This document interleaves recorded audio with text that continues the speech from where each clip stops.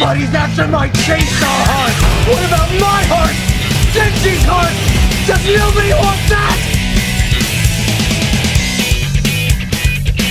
In the anime and manga community, I don't think there's much of an argument to say that Tatsuki Fujimoto is one of the greatest mangaka of new gen manga, and his works such as Chainsaw Man, Look Back, Goodbye Eri, and Fire Punch prove this. He perfectly blends in so many different genres and aspects, from romance to horror to action, and I know this might seem as a crazy take, but I don't think it's ridiculous to argue that he is one of the greatest authors of recent time outside of manga. And I am being entirely serious when I say this all. Now, unless you're someone who doesn't watch anime, read manga, or you just live under a rock, the Chainsaw Man Reze Arc movie is coming out soon, and many would argue that this is one of the best arcs in all of Chainsaw Man. For some reason, people tend to love the idea that Chainsaw Man is some sort of Gunner anime with season 1, but a lot of people would agree that the Reze Arc changes us all, probably persuading most people who watched season 1 and didn't like it to agree that it isn't actually just some weird anime. Where I'm going to make the semi-bold claim here that the Reze Arc is pretty much the same as a Shakespearean story. Now hold on, please trust me with what I'm saying. I'm going to specifically be comparing it to one of the most popular Shakespearean stories, Romeo and Juliet. And here's a list of what I'm going to consider to make a Shakespearean story. First of all, you obviously need the blend of many genres. Romeo and Juliet is an amazing story in my opinion, and it goes through so much but mainly covers romance and tragedy. Yet Shakespeare liked to add comedy into this too. So tragic romance is going to be a huge aspect alongside comedy and humour. Now, going along with the theme of tragedy, I want to talk about irony and cruelty, because gosh, Reze Arc is such a cruel story to Denji and Reze. There is so much irony in the Reze Arc where it's just horrible timing, and while something feels like it'll be good, that just declines completely. We also have the violence that is linked in with this love. Romeo and Juliet has the war between the Montagues and Capulets, so there is so much violence and action filled in with the love that there is between Romeo and Juliet. And finally, the catharsis that the audience feels throughout both of these stories. By the end of Romeo and Juliet and the Reze Arc, you'll end up feeling so many different emotions depending on how you're affected by it, of course. But with these boundaries and rules set up, I'm going to be comparing Chainsaw Man to this, specifically the Reze Arc as I've stated, and take this as reason to think that Tatsuki Fujimoto himself is the Shakespeare of manga. Okay, real quick before I continue, my whole setting, background is going to change a lot because basically I have a light out in my room, so I can't record at night time, which is essentially what I do all the time because, I have school in the day. So in case you're confused with the background shifting back to my room and down here, I really apologise, but let's just go on with the video. Writing a story with dull and weak characters is really difficult. Because if you have a bad character who's poorly written and nobody likes, then how is someone going to enjoy their ideals and motives? And Chainsaw Man excels at this. Its characters are amazing. I don't think there's necessarily any poor written characters. Denji is such an amazing protagonist, let alone just a character. He obviously is very childlike, and honestly at times you can argue that he's dumb. And he does make some poor decisions admittedly, but at the same time you cannot lie, he's very sincere. His real love, care and passion, it is really strong. However, with this sincerity comes naivety. He falls under Makima's manipulation on numerous occasions, and unfortunately because of his desires this makes him susceptible and much more of a victim than he already was. And the main thing he really wants is love. He just desires true beautiful human interaction, which is actually the foundation of the Reze Arc where he meets Reze. Reze is such a good character too because she's introduced so mysteriously. Although she initially appears as just a woman working at a cafe shop who falls in love with Denji, there are more and more weird things that we learn about her. Yet she manages to captivate not just Denji but the audience too. And with this she holds a lot of danger. She's the main threat in this story, being the Bomb Devil, and with her goal of killing Denji it's very conflicting to decide does she really love him?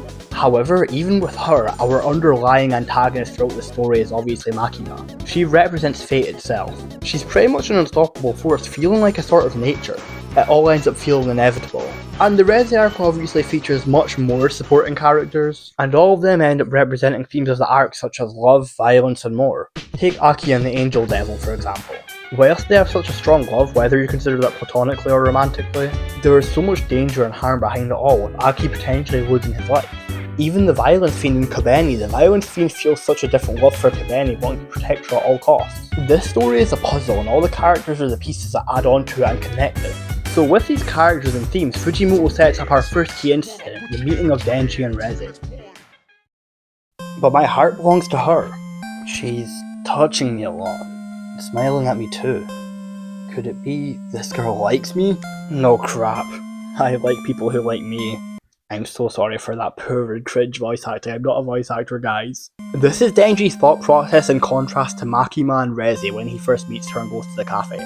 After his date with Makima, Denji has now met Reze and is feeling true love. And even though it's true, it's conflicting with what his fate was supposed to be, being with Makima. Denji's love for Reze is so strong and powerful, he ends up making excuses just to go and see her. Through meeting Reze, Denji experiences warmth, affection, but most important, normalcy. This is the typical first act romance in a Shakespearean story, of course. Full of innocence and joy, but is actually just set up for heartbreak. And there's a major contrast between the reality Denji has and the reality he wants. This love he has is essentially non-existent to the violence in his actual world, and it's a dream that he sadly will never get. Denji and Reze's date at the high school is essentially just set up for the main turning point. Now, I've not actually fully established it, but for those who are unaware, stories and most plays in general typically have 3 stages. The key incident, the turning point, and the conclusion. The key incident is an initial incident setting up the whole theme of the story, usually something dramatic or impactful to the future. This leads on to the turning point, which is basically setting up the conclusion. The story will either tonally shift or start declining in some sort of sense, usually. And if it isn't clear enough, the conclusion is the end of the story. The resolution to what you've basically been sitting through. Shakespeare was someone to perfectly perform this, in my opinion at least. In Romeo and Juliet, the initial key instant comes in the first act. Pretty much it's just a fight between the Montagues and Capulets. It sets the expectation that these two families have a very bad war, however Romeo and Juliet are going to fall in love and possibly change this. The turning point in this story is the murder of Mercutio, Romeo's best friend, which leads Romeo to kill Tybalt, who was Juliet's cousin, therefore banishing him. And the conclusion is the death of Romeo and Juliet, tragic suicide. Whilst this is so tragic, it's bittersweet in the end, as this is a spark to stop the war between the Montagues and Capulets. But continue to keep in mind the purpose of these throughout the story and how they affect the Reze arc. We get to see Reze and Denji's true dynamic within learning about each other more, and we get the moment where Denji and Reze both go skinny dipping together, which kind of goes alternatively to what you'd expect. Denji isn't fully seeing Reze in a sexual manner at this moment, unlike other characters like he did with Makima and Power. This is Denji's first proper time being taught something by someone who he loves and cares about. And right before the turning point starts, Reze and Denji's romance peaks, where they start going on more dates at the festival. Making a 16-year-old fight devils to the death? Not even letting you go to school? The government shouldn't allow that. Huh?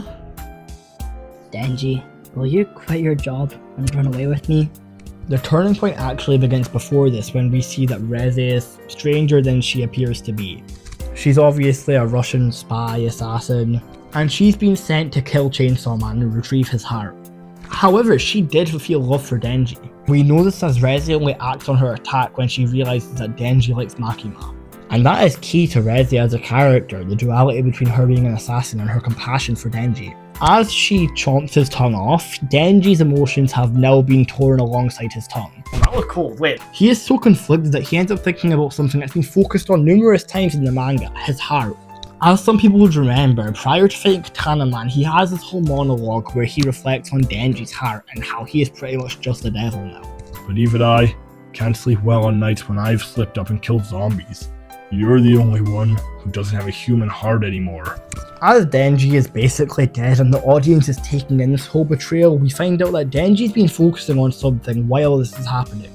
He's been thinking about how pretty much every woman he has met has tried to murder him. And after this, he drops the cold monologue. Everybody is after my chainsaw heart. What about my heart? Denji's. Does nobody want that, huh? This whole quote is very Shakespearean from the start to the end, because this is arguably one of the deepest lines in Chainsaw Man Part 1. I mean, it stuck with me strongly from my first read at least. Is Denji perceived as Chainsaw Man or just simply himself? Which, where unlike other women, Reze did see Denji for being Denji, because she is the exact parallel to him. The reason that Reze was so fond of Denji is because she understood him. They both didn't have a childhood, they both didn't get to go to school, they both struggled. We learned that there was a fairy tale that Soviet mothers would tell their kids whenever they had to get them in trouble. There was supposedly a secret room in the army's ammunition storage which was full of kids who didn't have any parents. And they had no freedom, couldn't go outside, and were treated as objects. Eventually, an American journalist found out this was true, and it's revealed that Reze was one of these children. Reze was stripped away of her entire childhood, just as Denji was. If you really do think about it, there are two sides of the same coin. So eventually, after a long battle of just arguing, confusion, and pain, Denji ends up defeating Reze. And he defeats her by pulling her into the ocean, which she taught him how to swim. And as this happens, he reflects on that moment. As Denji and Reze wake up on the shore, we get this moment where it feels like things can be fixed. However, Reze drops the gut-wrenching line of, "By any chance, do you think I still actually like you?